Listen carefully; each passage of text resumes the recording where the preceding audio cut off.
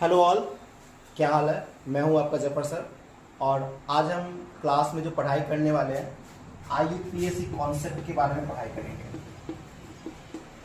आईयूपीएससी nomenclature.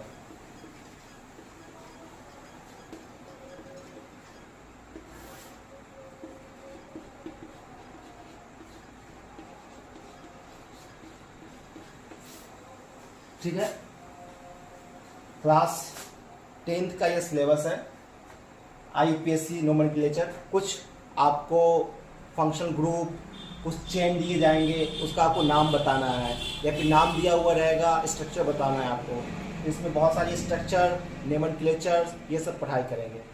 तो आईयूपीएससी nomenclature start करने से पहले हमें कुछ बेसिक्स जानकारी चाहिए, वो देख लेते हैं वो हमारे पास बेसिक्स जानकारी है या नहीं है। तो आईयूपीएससी नोमेनक्लेचर टाइटल दो और कॉन्सेप्ट क्या है वो बताता हूँ। सबसे पहले हमने 9th में भी पढ़ा था, 10th में भी बेसिक्स में है, elements name.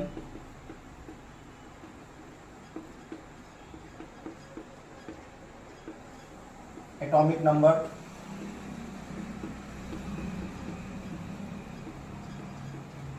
Atomic mass,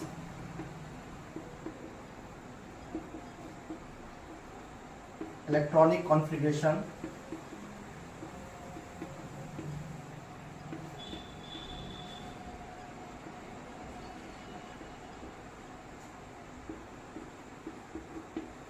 balancing. Elements के साथ सिंबल भी आती है। ठीक है, तो ये 9th में भी हमने देखा है, 10th में भी बेसिक्स में आप कंप्लीट कर लेना इसे। तो एलिमेंट्स नेम जैसे हाइड्रोजन, हीलियम, लिथियम, बेसिकली आपको 20 एलिमेंट्स तो आपको याद रहने चाहिए।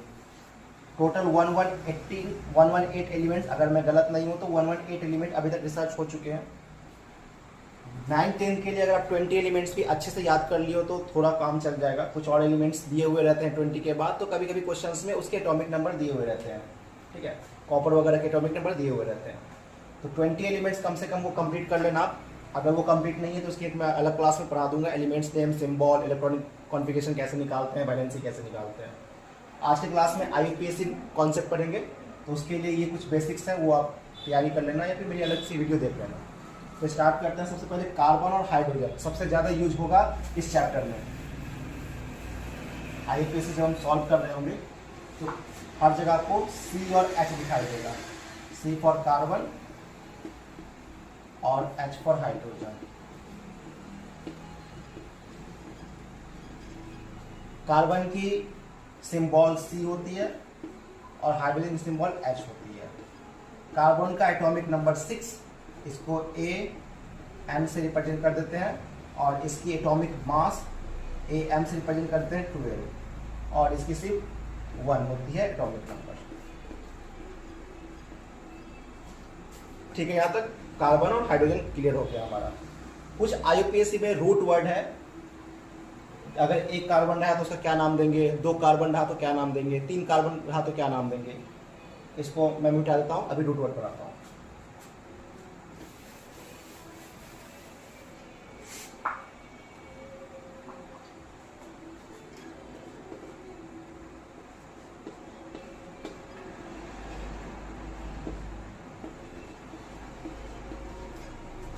रूट वर्ड, ठीक है।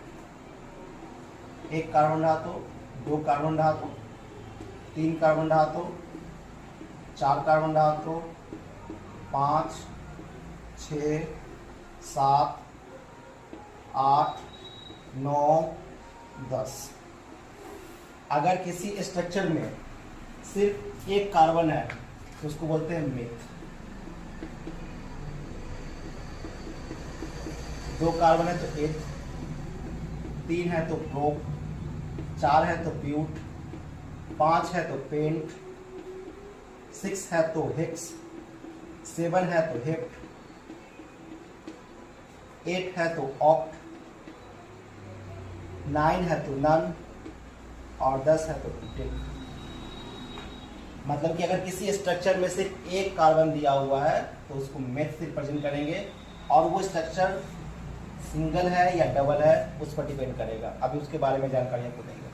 2 कार्बन है तो एथ, 3 है तो प्रोप, 4 है तो but, 5 pent, 6 hex, 7 hep, 8 oct, 9 non और 10 गेट। ये आपका रूट वर्ड है, इसको तो नोट डाउन कर लो आप, ये बहुत ही ज़्यादा इंपॉर्टेंट है। ठीक है, इसकी स्क्रीनशॉट ले लो या फिर इसको नोट डाउन कर लो।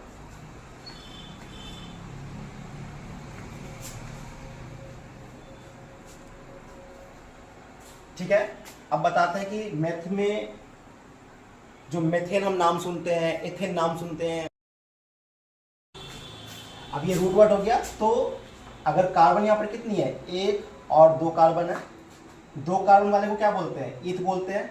और ये सिंगल बॉन्ड है तो इथेन हो गया, ये 1 कार्बन हो गया, ये भी 2 कार्बन हो गया। लेकिन ये डबल बॉन्ड हो जाएगा तो इथीन हो गया, ये 1 कार्बन हो गया, ये ट्रिपल बॉन्ड हो गया तो ये बन जाएगा इथाइन। मतलब इसको देख के क्या पता चल रहा है कि अगर सिंगल बॉन्ड है, सिंगल बॉन्ड है तो एन, डबल बॉन्ड है तो इन, और अगर ट्रिपल बॉन्ड है तो वाई। ये चीज है concept. Carbon carbon single bond ane, carbon carbon double bond ene, और carbon carbon triple bond Y.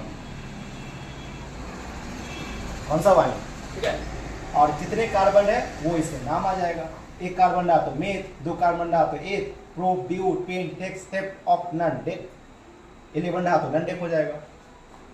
ठीक है, तो ये अब आगे पढ़ेंगे कि कितने कितने कार्बन पर क्या नाम होगा, कुछ एग्जांपल्स कर लेंगे जिससे और हमारा कॉन्सेप्ट क्लैरिफाई हो जाएगा, क्लैरिटी आ जाएगी उसमें।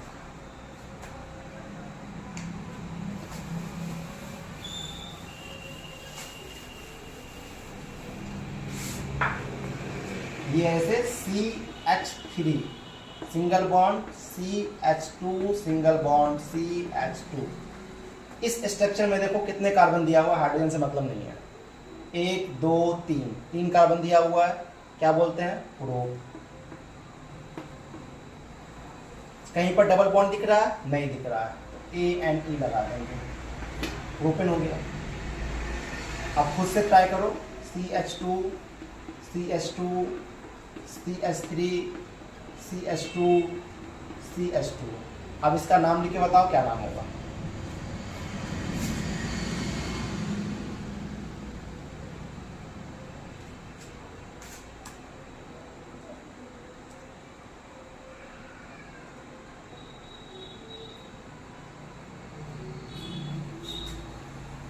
ठीक है, बता दूं मैं, 1 2 3 4 5 पेंट, सब सिंगल बॉन्ड है, ANE, pentane.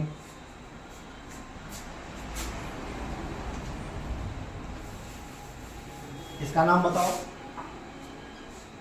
CH3 CH3 CH3।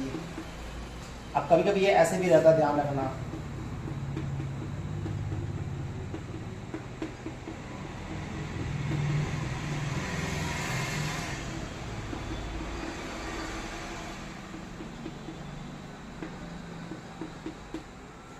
CH3 CH2 CH3।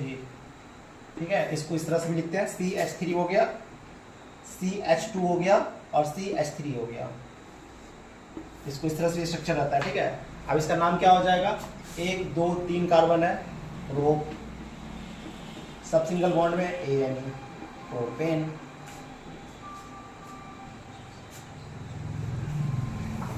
फिर और एक एग्जांपल देख लेते हैं,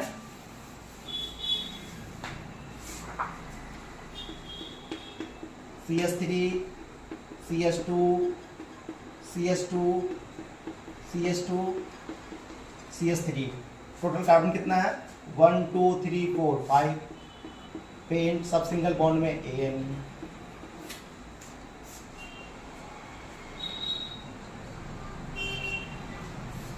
अब यहाँ पर एक और स्ट्रक्चर देंगे जो इससे डिफरेंट होगा, लेकिन उसका नाम बहुत अलग होगा।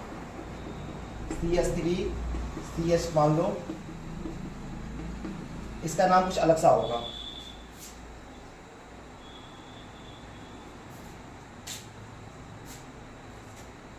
अब यहाँ पर 4 कार्बन है तो ब्यूट एन, लेकिन इसमें मैंने 2 मिथाइल ऐड कर दिया। अब ये ऐड मैंने क्यों किया वो बताऊंगा अभी।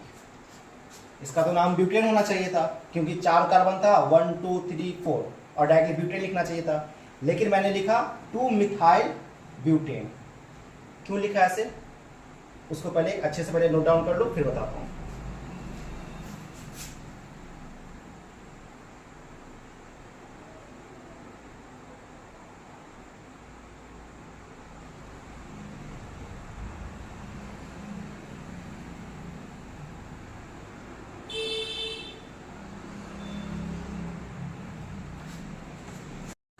अब मान लो मैंने एक स्ट्रक्चर लिख दिया, ठीक है। अब सबसे पहले देखो जो एक्स्ट्रा खिलाड़ी लगा हुआ, ये खिलाड़ी तो पहले से था, पूरा एकदम प्रॉपर चल रहा था लीनियर इक्वेशन की तरह, लेकिन उसमें एक एक्स्ट्रा खिलाड़ी यहाँ पर लगा हुआ। तो देखेंगे कौन से साइड से सबसे नजदीक पड़ रहा है। यहाँ से करते हैं तो 1 2 3 4 आ रहा है, लेकिन अगर यहाँ से करते हैं तो 1 2 3 4 आ रहा है। नजदीक कौन सा हुआ? 2 वाला नजदीक हुआ, तो ये क्या हो जाएगा 2 मिथाइल, टोटल कार्बन 4, ब्यूट, कहीं पर भी डबल बॉन्ड नहीं है तो 2 मिथाइल ब्यूटेन। एक्स्ट्रा खिलाड़ी सब्स्टिट्यूट लगा हुआ है आगे में, किसी चेन के आगे यहाँ पर एक्स्ट्रा खिलाड़ी लगा हुआ है, तो यहाँ पर क्या हो जाएगा 2 मिथाइल ब्यूटेन। CH3 को मिथाइल कहा जाता है, ठीक है। तो ये हो जाएगा 2 मिथाइल ब्यूटेन। इसको नोट डाउन कर लो, फिर अगला एग्जाम्पल करेंगे।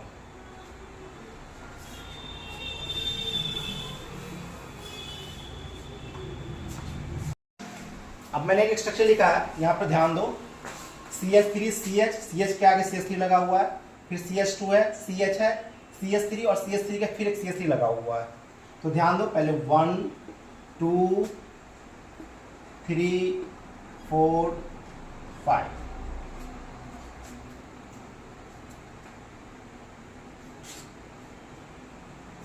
इसका नाम बताना क्या होगा। इस CH3 को यहां लगाते हैं, ठीक है। इस साइड से भी करते हैं तो 1 2 3 4 5, मतलब सेम ही आ रहा है। इस साइड से भी एक 2 पे आ रहा है, एक 4 पे आ रहा है, तो क्या हो जाएगा 2, 4, 2 पे आ रहा है, एक 2 पे आ रहा है, एक 4 पे आ रहा है, 2, 4 डाई इसलिए क्योंकि 2 है, तो डाई मिथाइल। टोटल कार्बन कितना है 1 2 3 4 5, पेंटेन। फिर से एक बार समझाता हूं, समझाऊंगा फिर से, मिटा दूं इसको, मिटाता हूं।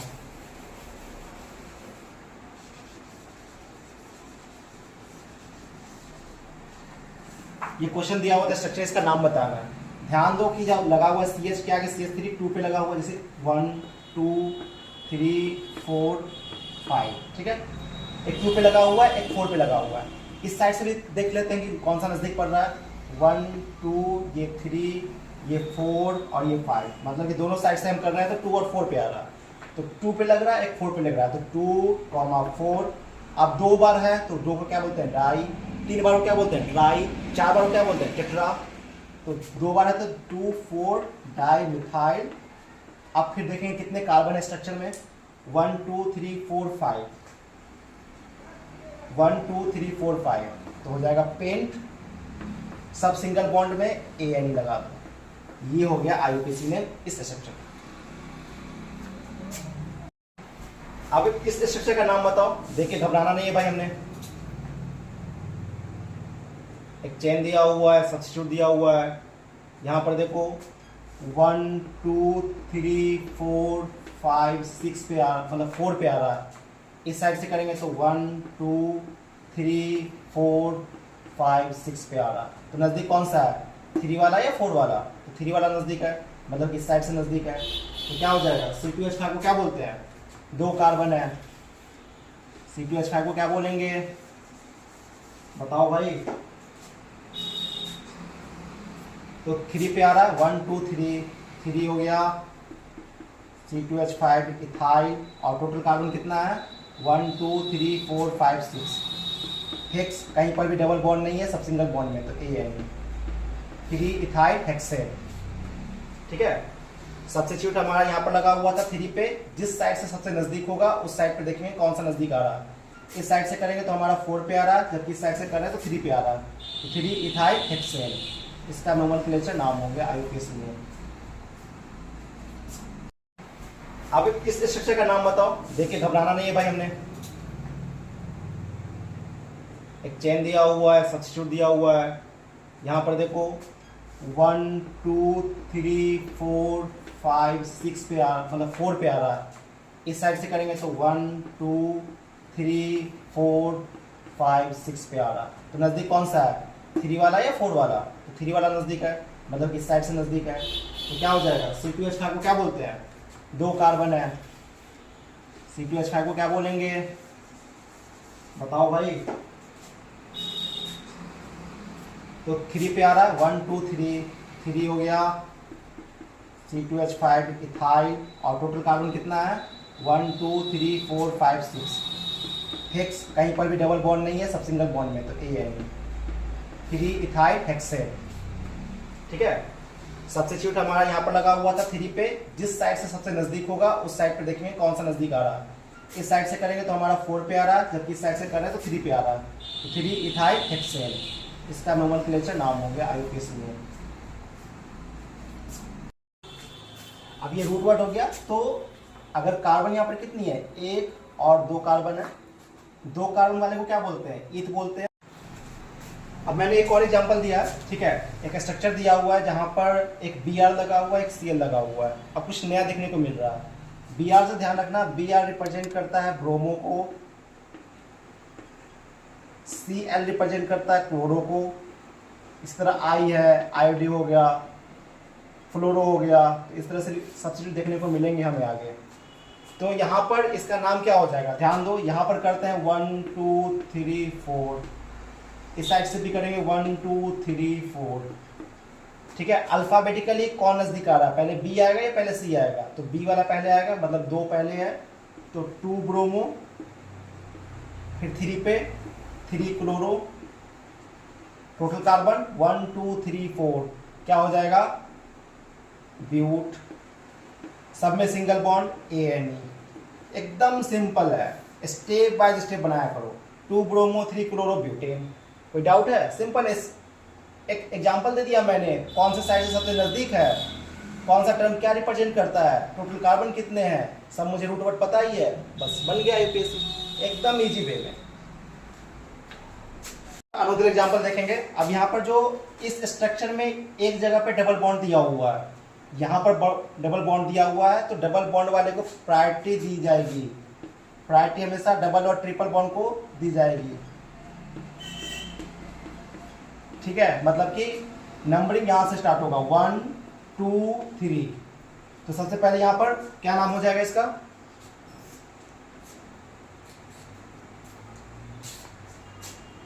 वन टू थ्री पर Br लगा हुआ है, 3 ब्रोमो, टोटल कार्बन कितना है 1 2 3 प्रोप। अब इस स्ट्रक्चर में एक जगह पे डबल बॉन्ड है, ध्यान रखो डबल बॉन्ड यहाँ दिया हुआ है, तो डबल बॉन्ड को क्या बोलते हैं इन, अगर ट्रिपल बॉन्ड रहा तो वाइन। सिंपल एकदम, 3 ब्रोमो प्रोपीन। क्वेश्चन दिया हुआ था CH2 में Br लगा हुआ था, सिंगल बॉन्ड CH के साथ डबल बॉन्ड CH3, तो जैसे डबल बॉन्ड आ गया इस स्ट्रक्चर में तो प्रायोरिटी उस साइड से नंबरिंग की जाएगी, तो इस 1 हो गया, CH2 हो गया, CH2 Br 3 हो गया, तो डबल बॉन्ड को प्रायोरिटी दी गई थी, तो 3 ब्रोमो, और अल्फाबेटिकली हमें चेक करना है कि अल्फाबेटिकली कौन सा लेटर पहले आ रहा है, तो Br से ब्रोमो होता है, 3 पे ब्रोमो हो गया, total number of carbon 3, meth eth prop हो गया। इस स्ट्रक्चर में एक डबल बॉन्ड लगा हुआ है, तो डबल बॉन्ड को इन से रिप्रेजेंट करते हैं, तो इसका नाम हो गया 3 ब्रोमो प्रोपीन। अब एक और एग्जांपल देख लेते हैं, ये स्ट्रक्चर दिया हुआ है, ध्यान दो 1 2 3 4, यहाँ से 2 नजदीक आ रहा है तो इसको लेंगे, लेकिन यहाँ पर ध्यान रखें CH3 2 बार लगा हुआ है, ऊपर भी लगा हुआ है, नीचे भी लगा हुआ है, तो 2,2 हो जाएगा, 2 बार है तो डाइमिथाइल, और total number of carbon 1 2 3 4 but, सब में single bond ANE, 2 dimethyl butane. एकदम सिंपल है, नोट डाउन कर लो। ये तुम्हारा टास्क है, इसको बताना इसका नाम क्या होगा।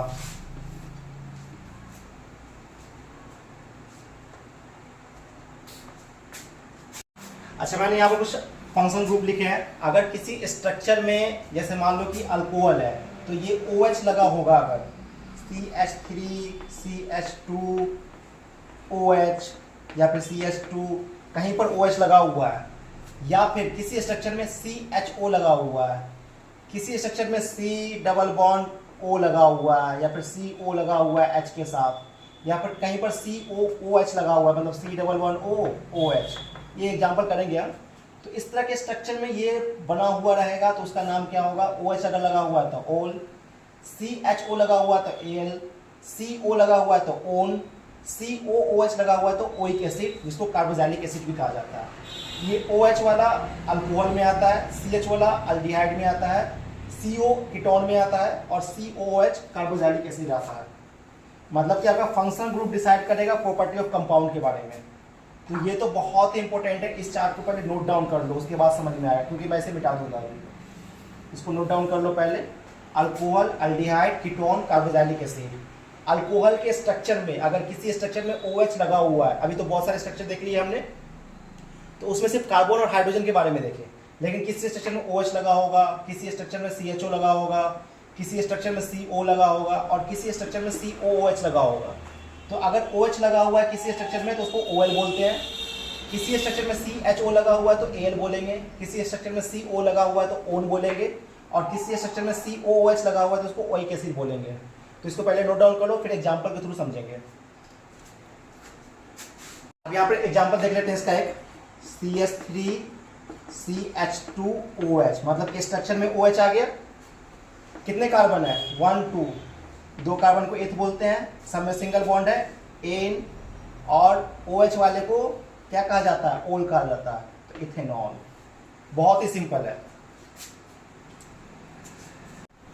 दूसरा एग्जांपल देख लेते हैं, CH3 CH3, और इस CH के अंदर OH लगा दो, तो इसका नाम क्या हो जाएगा? टोटल कार्बन कितना है? प्रोप, 3 कार्बन है, सब सिंगल बॉन्ड में है, प्रोपेन, और OH लगा हुआ है तो प्रोपेनॉल। अब यहाँ पर ध्यान देना, ये जो फंक्शनल ग्रुप लगा हुआ है आपका 1 2 3 2 पे लगा हुआ है, तो इसका नाम क्या होगा? Propane two all. ये भी ध्यान रखना होगा, नंबरिंग ध्यान रखना होगा। यहाँ पर कुछ नंबरिंग नहीं था, लास्ट में था तो इथेनॉल मैंने दिया, लेकिन यहाँ पर प्रोपेन टू ऑल। एक और एग्जाम्पल मैंने लिख दिया है, इसका नाम बताना क्या होगा?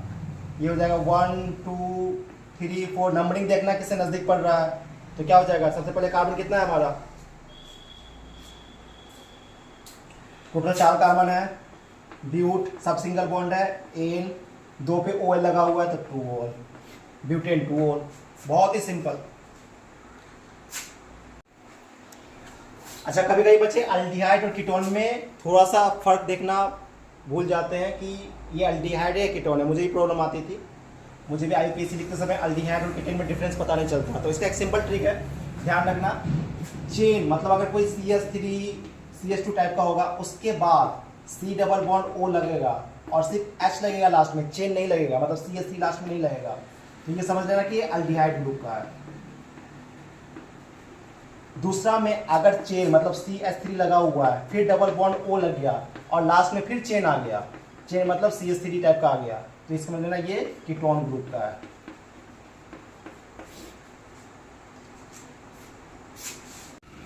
एग्जाम्पल देख लेते हैं।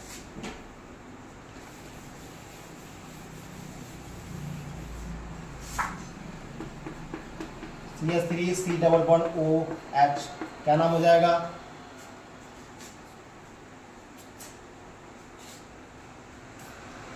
यहाँ पर इसको चेंज होता है, ऐसी लगना है इसको, अगर ऐसी लगते तो क्या होगा? मेथ हो जाएगा एन, मेथनॉल, सिंगल बॉन्ड है। अगर हमने सिर्फ H रखा, C पर डबल बॉन्ड O लगा हुआ था, मेथनॉल हो गया।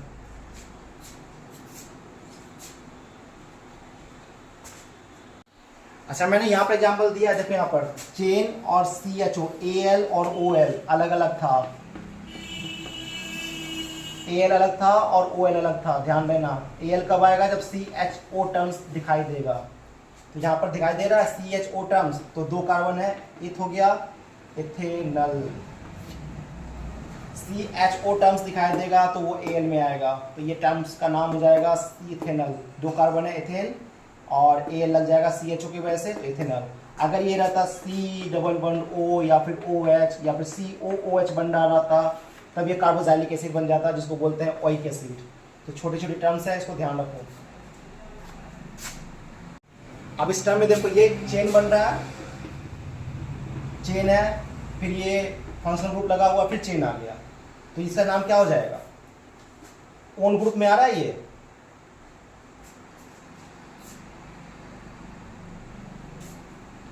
टोटल कार्बन कितना है? Propane 1 2 3 2 own. ओन इसलिए लगा है क्योंकि चेन, फिर C++O, फिर चेन आ गया। अभी पीछे में ट्रिक में पढ़ा था कि अगर चेन आएगा फिर $O लगेगा, फिर उसके बाद चेन आ जाता है तो उसमें ओन लगाते हैं। ओन, एल और OL, इसको फिर से एक बार रिवाइज कर लेना अभी जो पढ़ाया हूँ। तो यहाँ पर चेन आ गया, फिर $O आ गया, फिर चेन आ गया, तो उसमें ओन लगेगा। अब यहाँ पर चेन लास्ट में नहीं रहता, COOH रहता, तब जाकर ओइक एसिड लगता। जैसे एग्जाम्पल देख लो, मान लो कि H है, C है, $O और OH लग गया, तो ये क्या बन गया? COOH बन गया। तो इसको क्या बोलते हैं? एक कार्बन है सिर्फ, मेथेन, सिंगल बॉन्ड है, मेथेन हो गया, मेथेनोइक एसिड, क्योंकि COH को ओइक एसिड कहा जाता है। इसमें चेन चेन वाला सिस्टम नहीं है हमारा, डायरेक्टली COOH बन गया। और COOH मेथेनोइक एसिड बोलते हैं उसको, ओइक एसिड। अभी जस्ट हमने पढ़ाई की चलिए। मोस्ट प्रोबेबली मुझे लग रहा है कि बेसिक टर्म्स IUPAC का कंप्लीट हो गया, फिर भी NCERT की एक्सरसाइज स्टार्ट कर देना बनाने के लिए, और कुछ क्वेश्चंस मैं भी करा दूंगा, और भी उसमें एग्जांपल्स एक्सरसाइज करेंगे। ये कॉन्सेप्ट्स वाला पार्ट समझ लेना, फिर भी अगर कुछ डाउट हो तो उस टर्म्स को नोट डाउन करके या पॉज करके मुझे बता देना कि ये टर्म्स इतने सेकंड पर समझ में नहीं आया, ठीक है। IUPAC कॉन्सेप्ट हमारा क्लियर है।